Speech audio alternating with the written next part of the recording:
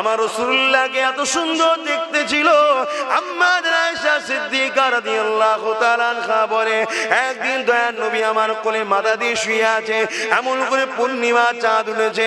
আমি আয়েশা আল্লাহ নবীর মুখের দিকে একবার তাকায়, আকাশের চাঁদের দিকে একবার তাকায়। আমার নবী বলেছিল, আয়েশা রে কি দেখো তুমি? বারবার একবার আমার দিকে তাকাও, আসমানের দিকে তাকাও। আম্মা জান আয়েশা সিদ্দিকা বলেছিলেন, ইয়া রাসূলুল্লাহ, ইয়া হাবিবাল্লাহ, হুজুর আকাশের চাঁদ দেখি আর আপনাকে দেখি। আয়েশা কি দেখতে পেলে? আম্মা জান আয়েশা বলেছিলেন, হুজুর আসমানের চাঁদেতে দাগ আছে, আমার কোলের চাঁদে কোনো খুঁত দাগ না।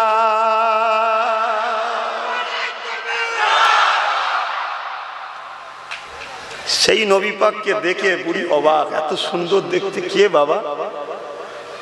তোর বাড়ি কোথায়? কি নাম তোর? কোনোদিন দেখেনি তো, কোনোদিন দেখেন। আল্লাহ রাসূল নিজের পরিচয়কে গোপন করলেন, করে বললেন, মা মনে করুন আমি আপনারই একটা সন্তান। কাকে বলছে? একজন গায়ের ইসলাম, যার গলায় 3টে ঠাকুরের মূর্তি আছে, এর নাম ইসলাম। আল্লাহ সৃষ্টি হিসাবে মানুষকে ঘৃণা করাটা ইসলামের নাম নয়। আজকে ইসলামের দোহাই দিয়ে অনেক কিছু কাজ হচ্ছে, তাই তো আজকে আমরা বেউজ্জতি হচ্ছি। যুগে যুগে আমাদের ঘরে দেখে গায়ের ইসলামরা ইমানের কলেমা পড়েছে, আর আমাদের ঘরে দেখে আজকে যুগে যুগে আমাদের ঘরে দেখে আজকে সারা দুনিয়ায় প্ল্যান হচ্ছে কি করে দেশকে শেষ করা যায়। 18 বছরের যুবক হযরতে আব্দুল্লাহ ব্যবসা সূত্রে বাজারে, টাউনে, শহরে এসছে ব্যবসা করতে। জগৎ বিখ্যাত ওলি ছিলেন। 18 বছর বয়স তখন, সেই পিরিয়ডের কথা বলছি। ব্যবসা ক্ষেত্রে শহরে গেছে, এমন একটা জায়গায় ঘর নিয়েছে, তার বাড়ির পাশেতে একজন আগুন পূজারী, মুজুসি বলা হয়, তার বাড়ি। মুসলমান থেকে নাক ছিটকাচ্ছে, প্রতিদিন বাড়ির ধুলোগুলোকে, যাই ময়লাগুলোকে পরিষ্কার করে আব্দুল্লাহ ঘরের দরজার গোড়ায় ফেলে দেয়। আর হযরতে আব্দুল্লাহ জন ছেলে, 18 বছর ছেলে, ফজরের নামাজ পড়ে। নামাজ পড়ে নিয়ে কি করতে হয়? নামাজ পড়ে আপনারা কি করে? হ্যাঁ, নামাজ পড়ে নিয়ে আল্লাহর কোরআন পড়তে হয়, বলুন সুবহানাল্লাহ। কিন্তু আমরা পড়ে উঠতে পারিনি, নামাজ পড়ে দিয়ে আবার উপর হয়ে যায়, কেউ শুয়ে পড়ে, আর না একটু ঘোরাঘুরি করে। কোরআন পড়তে হয় কিছু সময়। আল্লাহ আমাকে আপনাকে সবাইকে তৌফিক দেন, পড়ান, বলুন আল্লাহুম্মা আমিন। হযরতে আব্দুল্লাহ হুজুর প্রতিদিন ফজরের নামাজ পড়ে কোরআন পড়ে। পড়ে যখন দরজা খুলে দেখে যে হুজুরের দরজার পটেতে অনেক ময়লা নোংরা পড়ে আছে, হুজুর এদিক ওদিক তাকিয়ে দেখছে কেউ কোথা নাই। আর একটা ঘর থেকে পাত্র নিয়ে এলেন, তাতে করে ময়লাটা তুলে যেখানে ময়লা ফেলে সেখানে ফেলে দিলেন, কিচ্ছু বললেন না, চলে গেলেন কাজে। পরের দিন আবার সেই ফজরের নামাজ পড়ে কোরআন তেলাওয়াত করে বেরিয়েছে, দেখছে আবার ময়লা। 3 দিনের দিকে আবার ময়লা। কয়েক সপ্তাহ কেটে যায়, কিচ্ছু বলছে না, ফেলেই যাচ্ছে। তা যে ময়লাটা ফেলছে সে ভাবছে আব্দুল্লাহ হয়তো গোপনে গোপনে আমায় খুঁজছে, গোপনে গোপনে হয়তো খুঁজছে।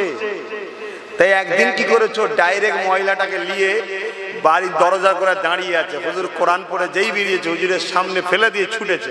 কেন ছুটলো ভাই? বলুন, ভয়। ভয় কাদের হয় বলুন? যারা অন্যায় করে। আব্দুল্লাহ চলে গেলেন, প্রতিদিন যা করে ঘরের গিয়ে আবার ময়লার জায়গাটা নিয়ে আসলো, ফেলে দিল। আর এ ছুটে গিয়ে ঘরে দরজা লাগিয়ে নুকিয়ে দেখছে কি করছে। প্রতিদিন যা করে তাই করে চলে যাচ্ছে। তো অগ্নি উপাসক বেরিয়ে এসে হযরতে আব্দুল্লাহর হাত ধরেছে, বলছে ভাই তুই আমায় কিছু বললি না? হযরত আব্দুল্লাহ এতটুকু বললেন, আমি মুসলমান। আমার নেতা হযরত মুহাম্মদ সাল্লাল্লাহু আলাইহি ওয়াসাল্লাম বলেছেন যে পাড়া প্রতিবেশীকে কষ্ট দেবে সে আমার কেউ নয়। তো তোমাকে যদি আমি কিছু বলি, তুমি যদি কষ্ট পাও, আমার ভয় হয় আমার নবী যদি আমার থেকে মুখ ঘুরিয়ে নেয়।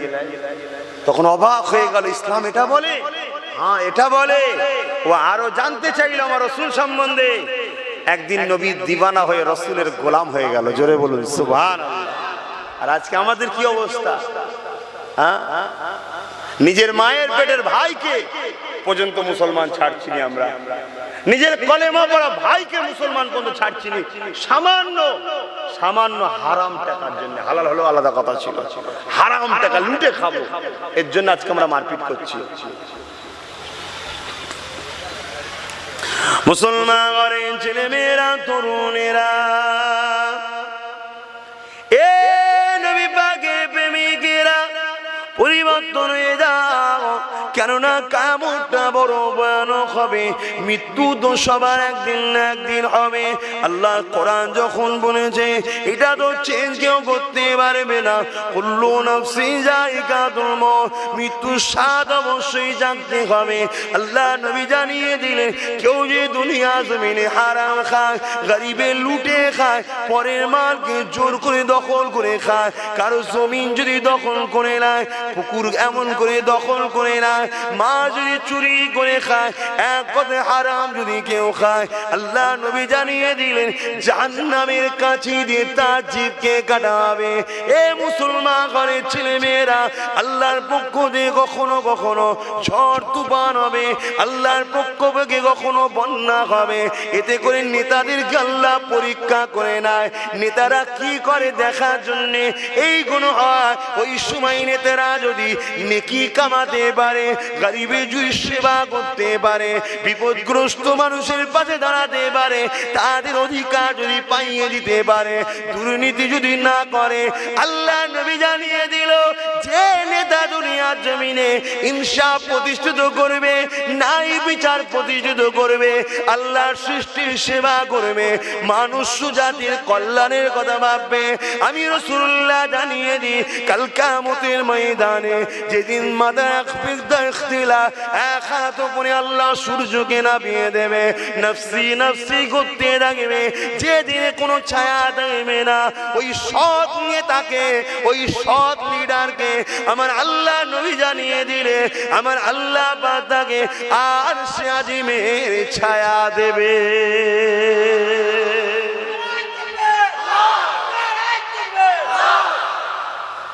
তাহলে নেতা হওয়া তো ভালো কাজ, কিন্তু সৎ হতে হবে, গরিব প্রেমিক হতে হবে, দেশ প্রেমিক হতে হবে, নাগরিক প্রেমিক হতে হবে।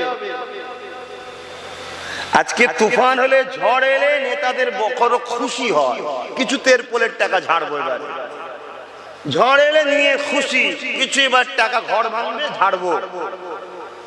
এই যে হারাম খাবার জন্য আজকে সমাজে কি হচ্ছে, এবার যদি বলেন আমি খাচ্ছি তো তোর কি হয়েছে, কথা ঠিকই বাপ, দুটো কারণে সমস্যা হচ্ছে। এক, হযরতে নবী লূত আলাইহিস সালামকে মন দিয়ে শুনবেন আব্বারা, আব্বাস সিদ্দিকীর মাথা খারাপ হয়ে যায়নি, জানকে বাজি লেগিয়ে চিল্লাবার আমার কোনো প্রয়োজন নেই, আমার খাবারও অভাব নেই, জলসারও অভাব নেই, ইজ্জতের অভাব নেই, টাকারও অভাব নেই, তাহলে কেন চিল্লাচ্ছি শোনো।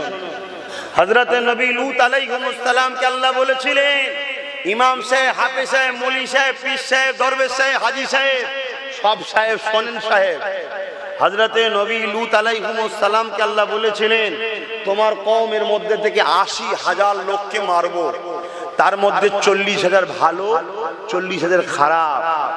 আল্লাহ পাক বললেন, নবী লূত আলাইহিস সালাম বললেন, আল্লাহ আল্লাহ আপনি কেন ভালো লোকগুলোকে মারবেন, খারাপ লোকগুলো অন্যায় করেছে। আমার আল্লাহ বলেছিলেন, নবী লূত ভালো লোকগুলো খারাপ লোককে বাধা দেয়নি কেন? শুনছেন ভাই, আপনি নামাজ পড়েছেন, আপনার ছেলে নামাজ পড়েনি, আপনি হালাল ইনকাম করছেন, কিন্তু আপনার ছেলে নেতা সেজে আমফানের দুর্নীতি করছে, ফাঁক আপনিও যাবেন না মাঠ থেকে। তাহলে আমি সমাজে পীরের ঘরে বেটা, মুসলমানরা আমাদের দাবি করে মানি, তাহলে আজকে দুর্নীতি হবে। মানুষ হিসাবে ইনসানিয়াতের যদি প্রতিরোধ না করি, ও একা মার খাবে তা নয়, আমিও মার খাবো, হারাম খাবি তুই আর পিটানি খাবো আমি, ফিরি ফিরি কেউ মার খেতে চায়, কথা বুঝছেন না, বোঝেন না? তাহলে বলবো না বাধ্য, কেন আপনারা এলাকার মানুষ ভাই, ঘরে আগুন লাগলে পানি তো আপনারাই দিতে যাবেন, বলে আবার কোন দিন রাত্রে পুলিশে ঘিরালে এবার আপনারা যাবেন তো খবরটা পেলে? দুর্নীতি যেই করবে প্রতিরোধ করাটা হলো মানবতার কাজ। কি গো আব্বা ভাইয়েরা, বলবো না বাধ্য? এলাকার লোক কি বলছিলেন সরাসরি দেন, অসুবিধা হচ্ছে না তো? আমি কোরআন হাদিসের বাইরে বলছি না তো। অনেকে বলে হুজুরের ছেলে রাজনীতির কথা বলবে কেন, আবার জলসায় এসে ভাই এজন্য বলি কোরআন হাদিসে রাজনীতির কথা আছে তাই বলি, বলুন সুবহানাল্লাহ। ইসলাম কমপ্লিট না আনকমপ্লিট? তা রাজনীতিটা ইসলামে আছে না না? রাজনীতি মানে কি? দেশ ও দেশবাসীর পরিচালনার ব্যবস্থা, ঠিক তো? দেশ ও দেশবাসীকে পরিচালনার কথা ইসলামে আছে না না? যদি না থাকে তাহলে ইসলাম আনকমপ্লিট, থাকলেই হলো কমপ্লিট। যদি কোনো মুসলমান মনে করে ইসলামে রাজনীতির কথা নাই, সেই ইসলামকে অস্বীকার করলো না করলো না? ইসলামকে অস্বীকার করলে তার ঈমান থাকে না যায়? কথা মাথায় ঢুকছে? মাথা গরম করলে হবে না। কালকে বেঁচে থাকবেন কোনো গ্যারান্টি আছে? তা কি হবে কবরে গিয়ে? আল্লাহ রসুল বলছে 99টা সাপ দেবে কবরে। কটা? 99টা। সাবধান হও, এতিমকে কাঁদাওনি। অথচ আল্লাহ রসুল বলছে কেউ যদি এতিমের মাথায় হাত বুলায়, সে না আমি রসুল আমার মাথায় হাত বুলালো। জোরে বলুন সুবহান। কে কি করছে দেখার দরকার নেই। তুমি মুসলিম দাবি করে দুর্নীতি করবে, আমার কওমের বদনাম হবে। ঘোষ পাড়ায়, গয়লা পাড়ায়, হিন্দু পাড়ায় নেতারা দুর্নীতি করছে কি করছে না, সে বিষয়ে আমি বলতে আসছি না। কথা বুঝছেন না বোঝেন না? দেশবাসী হিসেবে যখন জনসভা করব তখন সবারটা বলবো। কিন্তু আজকে তুমি মুসলিম দাবি করলে, তোমার জন্য আজকে আমার কম গাল খাচ্ছে যে মুসলমানরা এসব হারাম খাওয়া ধরেছে। এ মুসলমানরা হয়ে গেল তো নাকি? অতএব আল্লাহ রসুল বলছেন পাহাড় সরে গেছে, বিশ্বাস করে নাও। মানুষ পরিবর্তন হয়েছে, বিশ্বাস করুনি। আর মিথ্যুককে কখনো ভরসা করুনি। অতএব প্রতিজ্ঞাবদ্ধ হতে হবে। আমরা একমাত্র বাঁচার জন্য সাহায্য আল্লাহর কাছে চাইছি, চাইবো, আগামীতেও চাইবো, ঠিক না বেঠি? আর আমরা কখনো আল্লাহ ছাড়া কাউকে ভয় করিনি, আজও করছি না। কিয়ামত পর্যন্ত আমার বাচ্চাদের ঘরে শিখাবো আল্লাহ ছাড়া কাউকে কখনো ভয় করবি না। জোরে বলুন সুবহানাল্লাহ। ভাইরা আমার, আল্লাহ রসুল দিন দুনিয়ার বাদশাহ হাবিবুল্লাহ তিনি জানালেন 99টা সাপ দেবে কবরে। এক একটা সাপের দুটো করে মুখ হবে। দুনিয়ার গাড়ি বাড়ি টাকা পয়সা দরকার আছে, শখ সাথ থাকতে পারে, তার জন্য হালাল ইনকাম করো না, আল্লাহর কাছে বলো না। একটু কষ্ট করলেই তো হয়ে যাবে, এমন কিছু নয়। তাহাজ্জুদ করে আল্লাহর কাছে হাত তুলবে, দেখবে রাতারাতি আমার আল্লাহ তোমার ব্যবসার দরজা খুলে দেবে। জোরে বলুন সুবহানাল্লাহ। ওটা না করে তুমি যদি লুটবো বলো, ওটা তো অন্যায় কাজ হবে। আরে মুসলমান, আরে ছেলে মেয়েরা, তরুণেরা, এ নওজওয়ানেরা, আল্লাহ সৃষ্টিকে ভালোবাসেন, আল্লাহ সৃষ্টিকে পছন্দ করে, আল্লাহ সৃষ্টিকে রাজি করে, আল্লাহ সৃষ্টিকে পেয়ার করে।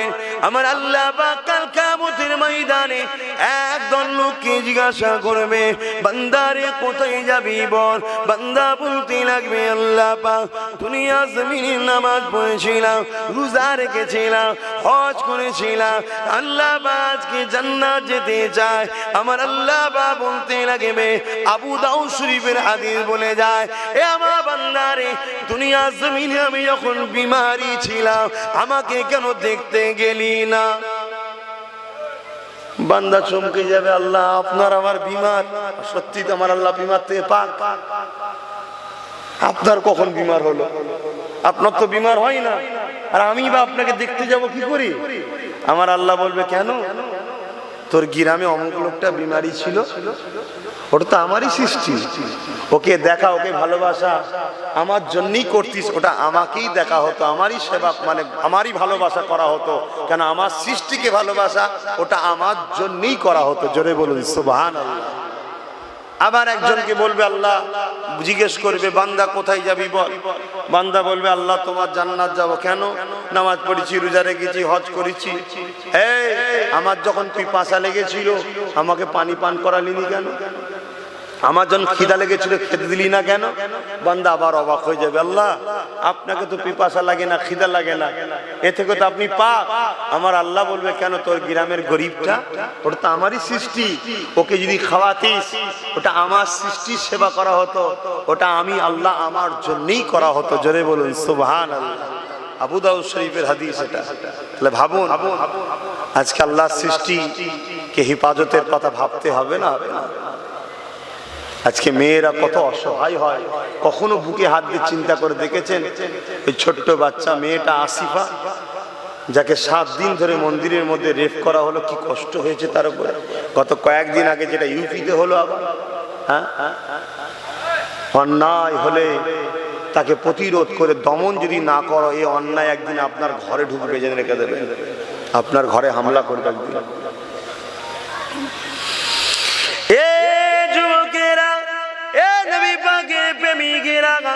আল্লাহ নবী দি দুনিয়া বাজাবিবুল্লাহ জানিয়ে দিলে কাল কিয়ামতের ময়দানে আমার আল্লাহ একটা বান্দাকে উঠাবে। ওরে আমার বান্দার এদিকে হিসাব নিকাশটা আমাকে দে। বান্দা কাঁদতে লাগবে, আল্লাহ পাক আপনি আমাকে সবার সামনে বিউজুদি করে দেবেন না, আপনি আমাকে গোপনে গোপনে জাহান্নামে দিয়ে দেন। আমার আল্লাহ বলতে লাগবে, বান্দারে না একবার তোরা বললাম এটা দেখা, লা তাখনাতু মিন রাহমাতিল্লাহ, আমার রহমত থেকে নিরাশ হয়ে যাস না। বান্দা তোরা আমলনামাটা দেখা। বান্দার আমলনামা আল্লাহ বা দেখতে লাগবে, আমলনামা দেখতে দেখতে দেখা যাবে বান্দার আমলনামায় গুনাহ পাপ অন্যায় ভরা, শুধুমাত্র একটা ভালো কাজ রয়েছে। ওই একটা ভালো কাজ দেখে আমার আল্লাহ বা রহমতের দরিয়া জশ মেরে বলতে লাগবে, ওরে আমার বান্দারে তোর একটা ভালো কাজ পেয়েছি, ওই কাজটা আমার পছন্দ হয়েছে। ওরে আমার বান্দা যা, আমি আল্লাহ পাক আমার রহমতের বিনিময়ে তোকে নাজাত দিয়ে দিলাম।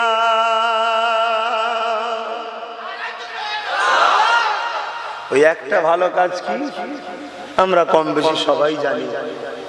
এক গরমের সময় এক পশু রোদে বাঁধা ছিল, তাকে ছাওয়াই দিয়ে পানি পান করিয়েছিল। আল্লাহ বলছে, বান্দা আমার সৃষ্টির উপরে অত্যাচার হচ্ছিল, কষ্টই পড়েছিল, বিপদে পড়েছিল, তুই মুক্তি দিয়েছিস। তুই যদি দয়া করতে পারিস, আমি তো দয়ার মালিক, আমি কেন তোর উপর দয়া করব না? যা তোকে জান্নাত দিয়ে দিলাম। জোরে বলুন সুবহানাল্লাহ। তাহলে আজকে শ্রেষ্ঠ মখলুক আল্লাহ, সেই আল্লাহর মখলুকদের মধ্যে থেকে শ্রেষ্ঠ ধর্ম ইসলাম, সেই ইসলামের মান্যওয়ালা মুসলিম সমাজের যুবকদের ঘরে জোর করে মিথ্যা মিথ্যা মামলা দিয়ে, কাকে জঙ্গি সাজিয়ে, কাকে সন্ত্রাস সাজিয়ে, তার নামে মিথ্যা গ্যাজার মামলা দিয়ে 7 বছর 8 বছর ধরে জেলে তাদেরকে অত্যাচার করে মারছে। এটা কি অন্যায় না? অন্যায় নয়। এই অসহায় মানুষগুলোর পাশে দাঁড়িয়ে এদেরকে, অসহায় মানুষগুলোকে মুক্তি দিবার চিন্তা যদি করি, ইনশাআল্লাহ কাল কিয়ামতের ময়দানে আমার আল্লাহর রহমতের সাহায্য পাওয়া যাবে। জোরে বলুন সুবহানাল্লাহ। রাসূল একদিন সাহাবাদেরকে নিয়ে যাচ্ছেন, ওই আদ জাতি যেখানে ধ্বংস হয়েছিল, আদ সামুদ জাতি শুনেছেন তো, ওই জায়গাটা যখন নবী পার হচ্ছেন, সাহাবাদেরকে বলছেন দ্রুত চলো। সাহাবারা বললেন কেন? আল্লাহ রসুল বলে এটা হচ্ছে গজব হয়েছিল আল্লাহর, অতএব এই জায়গায় ভয় হয়, আল্লাহর লানতের জায়গা, অতএব আল্লাহর গজব যাদের উপরে হয় তাদেরকে সাহায্য করতে নাই, তাদের পাশে দাঁড়াতে নাই। ওই গজবের শিকার তোমার উপর হতে পারে। কথা বুঝছেন না? বোঝেন না? দেখা যাচ্ছে বহুত মাকে কে দিয়েছে, বহুত এতিমকে কে দিয়েছে, বহুত গরিবকে কে দিয়েছে, নির্দোষ লোকের নামে মিথ্যা সাক্ষী দিয়েছে, নির্দোষ ছেলেকে জেল খাটিয়েছে। বিপদে পড়েছে, খোদার মার হয়েছে, আমার কাছে যেই বলছে হুজুর তাবিজ দেন, বিমারে আছি, আর আমি ওকে বাঁচাবার জন্য দোয়া করছি, আল্লাহ নারাজ হবে না? এই কথা বুঝছেন না? আল্লাহ রসুলকে আল্লাহ খোদ নিজে নিষেধ করেছে। জানো, অনেকে ফতোয়া দেয়, এত বদদোয়া করছে, ফতোয়া দেয়। আল্লাহ রসুলকে খোদ রসুল নিজে নিষেধ করেছে, খবরদার মুনাফিক আর জালিমদের জন্য দোয়া আপনি চাইবেন না। শুনছেন ভাই? কোরআন, মুনাফিক আর জালিমদের জন্য আপনি দোয়া চাইবেন না। মুনাফিক কাকে বলে? চায়না মোবাইল দেখেছে? এটা কি স্যামসাং ইন্ডিয়া? তো ভেতরের পার্টস গুলো ঠিক মুনাফিক এই টাইপের, বাইরেটা মুসলমান, ভেতরের পার্টস গুলো সব জালিমদের। কথা বুঝে আসছে না? তো ওই জন্য মুনাফিক কে কখনো এ করতে নাই। আল্লাহ রসুল বলছেন যদি কেউ আমার খানদানের সমালোচনা করে সেও মুনাফিক হবে। অহংকার করছি নি, আল্লাহ আমাকে এই বংশে পাঠিয়েছে ভাই। কথা বুঝে আসছে? আমার কোন কথাটা তোমাদের অসুবিধে হচ্ছে আসো আলোচনা করি, ঠিক না বেটি? আল্লাহ নবী ১৫০০ বছর আগে জানিয়ে দিলেন, আমার উম্মত উম্মতিরা, আমি রাসূলুল্লাহ আমার বড় ভয় হয়। সাহাবা হুজুররা জিজ্ঞাসা করলেন, ইয়া রাসূলুল্লাহ হাবিবাল্লাহ, হুজুর আপনার কি বড় ভয় হয়? আল্লাহ নবী জানিয়ে দিলেন, আমার সাহাবারা, আমার উম্মত উম্মতিদিগকে প্রকাশ্য দুশমনেরা ক্ষতি করতে পারবে না। আমার উম্মত উম্মতিদের ক্ষতি যদি কেউ করতে পারে তারা হবে মুনাফিক। কারা হবে? আমাদের কাছে সব থেকে ভয়ঙ্কর কে? প্রকাশ্য দুশমন না মুনাফিক? আরে ও তো প্রকাশ্য দুশমন, চিনি আমি। ও আসলে আমি হাতে চুরি পরে বসে থাকবো নাকি? আমি তো রেডি থাকবো, ঠিক না বেটি? কিন্তু ইনি আমায় বলেন, হুজুর খুব ভালোবাসি, একবার আমার বাড়ি চলেন, খুব ভালোবাসি, আপনার জন্য জান দিয়ে ফেলবো। ঘরে গেছি, এক গ্লাস শরবত দিতে, শরবতে বিষ দিয়ে দিয়েছি। শুনছেন না? শুনুন না, তোমাকে কুড়বা বেলুয়া জানি এটা এটা সেটা খাওয়াবো ভাই, ছোবো কেন? আমি জানিও প্রকাশ্য দুশমন। এই কথা বুঝছেন না? বোঝেন না? অতএব দেখবে লা ইলাহা ইল্লাল্লাহ মুহাম্মাদুর রাসূলুল্লাহ বলেছে বলে পাগলা হয়ে যাবেন না, নাটক করছে। কেউ যদি মাথায় টুপি দিয়ে ইফতারে বসে, ও তোমার সঙ্গে ধোঁকা দিল। কেন? এই টুপিটাকে ও যদি বিশ্বাস না করে তো মাথায় দিল কেন? তাহলে টুপিটা নিয়ে নাটক করা হলো, ঠিক না বেটি? লা ইলাহা ইল্লাল্লাহ মুহাম্মাদুর রাসূলুল্লাহ মানে যদি মানিস নি তাহলে বললি কেন? তার মানে কি ওইটা বলে তোমাকে আঘাত করছে, তোমার নরম জায়গা যেটা ভালোবাসার জায়গা, ওই জায়গাতে আঘাত করে তোমাকে ব্ল্যাকমেল করছে। কথা বুঝছেন না? বোঝেন না?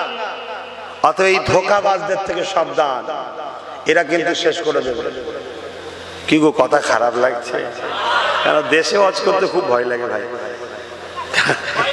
দেশের লোক তো 24 ঘন্টা দেখে হুজুর খালা মাথায় ঘুরছে, আর ফট করে বিরাট গাড়ি দিচ্ছ না, বিরাট বুঝতে শিখে গেছে। তবে হ্যাঁ, মনে রাখবেন, হাতের 5টা আঙুল সমান নয়, পুরপুরার 5টা পিসে আঙুল সমান নয়। এখানে আমি আমার আম্মা আমার আব্বাকে পর্যন্ত ভালোবাসি একটা শর্তের উপরে, শর্ত ছাড়া ভালোবাসি না। সেই শর্ত হলো আল্লাহকে খুশি করার জন্য ভালোবাসি। আমি কি ছেলে বুঝতে পারছেন তো? আমি আমার বাপ মা যারা আমার ছোটবেলা থেকে 10 মাস 10 দিন ধরেছিল, যে বাপ রক্তকে পানি করে আমায় খাইয়ে বড় করেছে, ওই বাপ মাকেও ভালোবাসি স্বার্থে। কি স্বার্থ? আমার সৃষ্টিকর্তাকে খুশি করার জন্য ভালোবাসি, নাই ভালোবাসি। শুনছেন ভাই? তাহলে আব্বাস সিদ্দিকী যখন রাজনীতির কথা বলছে, এটাও মনে রাখবেন শুধুমাত্র আল্লাহ আল্লাহ রসুলকে খুশি করার জন্য বলছে, অন্য কোনো স্বার্থে না। আল্লাহ নবী দিন দুনিয়া হাবিবুল্লাহ জনাবে মুহাম্মদ রাসূলুল্লাহর কথাটা বলছিলাম, সেই যে রাস্তা থেকে মহিলাকে তুলে নিয়ে যাওয়া, মনে আছে? নবী যদি একটা হিন্দু মহিলা যার গলে মূর্তি রয়েছে, গায়ের ইসলাম, তাকে যদি রসুল ঘরে নিয়ে যেতে পারে, মা বলে ডাকতে পারে, তাহলে আমি কি শুধু মুসলমানদের বাঁচাবার চেষ্টা করব না আল্লাহর সৃষ্টি মানুষ হিসাবে সবাইকে? একটু কথা বলেন। হ্যাঁ, সবাইকে।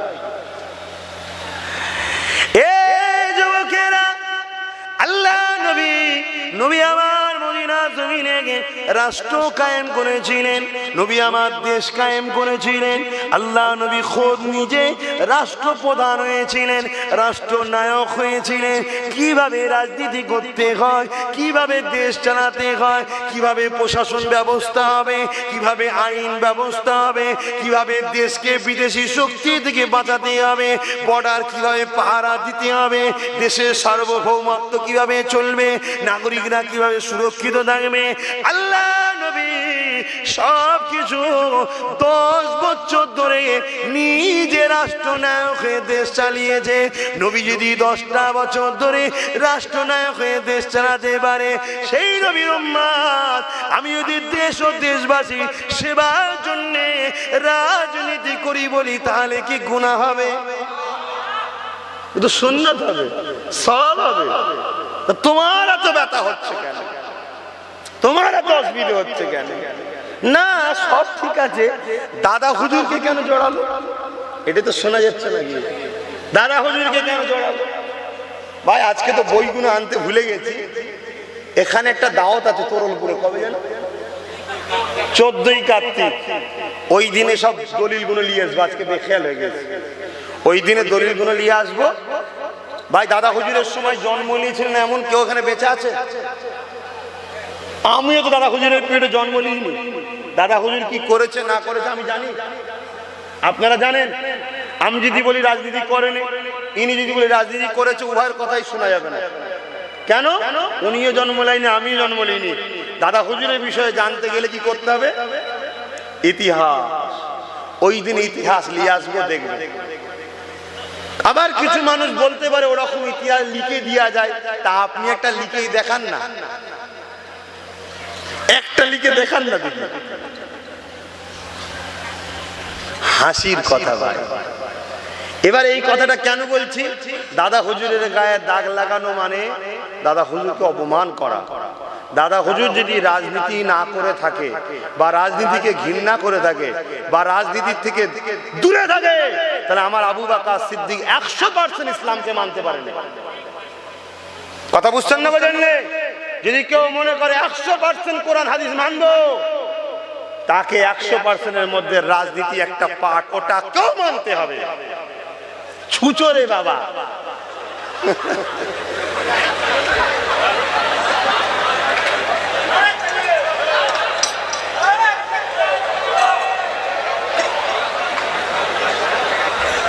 শুনছেন তো নাকি? যতদিন না তোমরা এই ভয় কাটাতে পারবে, ততদিন তোমরা মাথা তুলে দাঁড়াতে পারবে না। একটা ছোট দেখে যদি তোদের এই হাল হয়, তো তোদের ঘরে যখন দুটো মিলিটারি এসে বলবে চলো ক্যাম্পে যেতে হবে, তখন তোদের কি দশা হবে?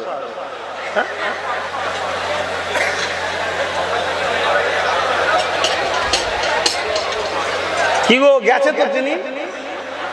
এখন ছুঁচো শুয়াতে কে এসছে কে জানে। শয়তান ঢুকে পড়ে না তো, যে আব্বাস সিদ্দিকী তো বেশ ভাঁড় খুলে দিচ্ছে। কি তাহলে দাদা হুজুর কি করেছে না করেছে ভাই আমি জানি না, কারণ দাদা হুজুরের পেটে আমি জন্ম নিইনি। বইয়ে কিতাবে ইতিহাসে যেটা আছে, ওই 14ই কার্তিক নাকি বলে, ওখানে মাগরিবের পরে আছে। আসবো দলিল নিয়ে আপনাদের দেখে দেবো। কথা বুঝে আজ কানতে ভুলে গেছি। তবে এতটুকু বলে যাচ্ছি, যদি কেউ 100% ইসলামকে মেনে চলতে চায়, তাকে রাজনীতি সম্বন্ধে ভূমিকা দেখাতেই হবে। এবারে নিজে করা বা শিক্ষা দিয়ে লিডার তৈরি করা, যে কোনো একটা। দাদা হুজুর ছিলেন শিক্ষক। তিনি কিতাবে যেটা পাওয়া গেছে, রাজা হয়ে কোনো জায়গায় বসেন ঠিকই, কিন্তু তিনি রাজা তৈরি করেছে। জোরে বলুন সুবহানাল্লাহ। কেন? তিনি মুজাদ্দিদ ছিলেন, যুগ সংস্কারক। যুগের মধ্যে যত বুড়াই কাজ আছে সব থেকে মিটাবার জন্যই মুজাদ্দিদদের ঘরে পাঠানো হয়। তাহলে দুর্নীতিটা মুজাদ্দিদদের মিটানোর কাজ না, কাজ নয়। হ্যাঁ,